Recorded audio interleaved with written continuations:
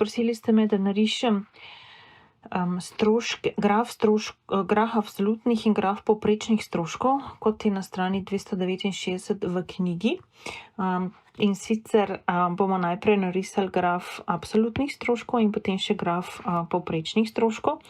To se pravi, najprej graf absolutnih stroškov, to se pravi, na vertikalni osi imamo stroške, na horizontalni osi količino. In najprej, ker vemo, da na kratek rok so fiksni stroški plus variabilni stroški enaki celotnim stroškom, narišemo fiksne stroške. To so fiksni stroški, ki se z obsegom proizvodnje ne spreminjajo, to se pravi, kakorkoli se količina spreminja, ostanejo stroški enaki. Potem narišemo krivuljo variabilnih stroškov. Variabilni stroški se z spremembo količine spreminjajo in potem iz formule vemo, da moramo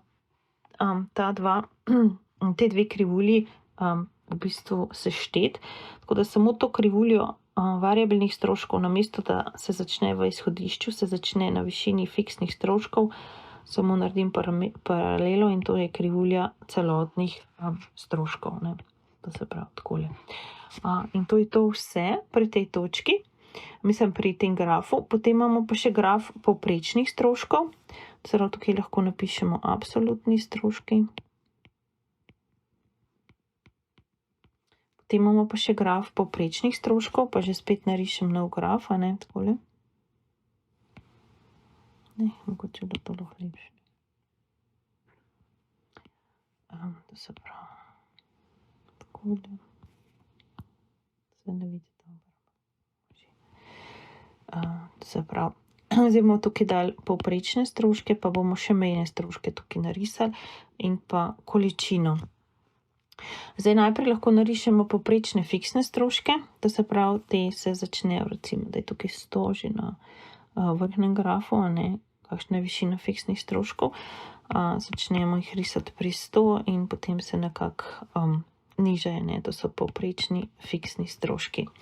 Potem imamo povprečne variabilne stroški, določen minimum, ki nam je zelo pomemben. In potem imamo še povprečne celotne stroške.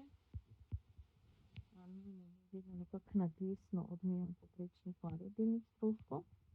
Potem smo pa rekli, da lahko narišemo še krivuljo mejnih stroškov, a ne, in ta krivulja mejnih stroškov gre pa takole v bistvu skozi minimum povprečnih stroškov, ne, to se pravi, naredimo še mejne stroške. In to je to. Hvala lepa.